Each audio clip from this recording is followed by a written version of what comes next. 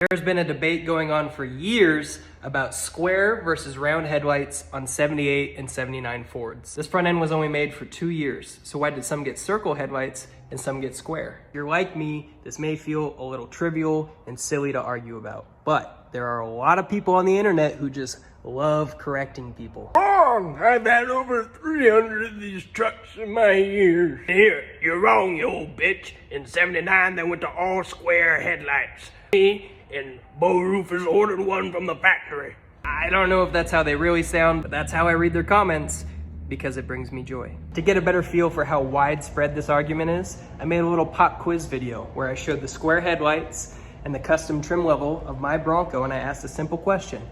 What year is it? Justify your answer. Tell me how you know, but what year is it? Just as I suspected, the answers were all over the place. Here's just a few of the comments so you can see the variety of opinions that people share.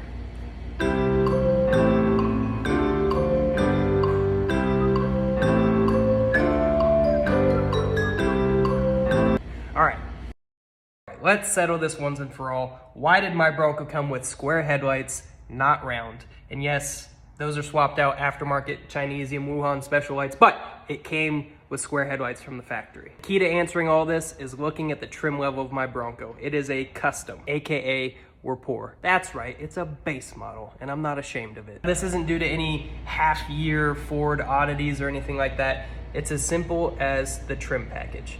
In 79, every single F-Series and Bronco was made with square headlights, but in 1978, custom trim levels received circular headlights. Every trim package above custom received square headlights. Let's take a look at some old advertising from 1978 discussing Ford's new square headlights for Ranger packages. Now, Ranger is the next trim level up from custom in 1978. It goes Ranger, Ranger XLT, and then Lariat. Those will all have square headlights. Only the customs will have round headlights.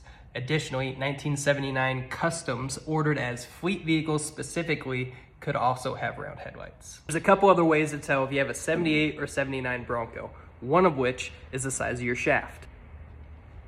Your U-joints in your drive shaft. The U-joints in 1978 Broncos came with a slightly smaller 1330 size U-joint, whereas in 1979 they upgraded them to 1350 U-joints. Another giveaway is in 1979 emission standards forced them to add catalytic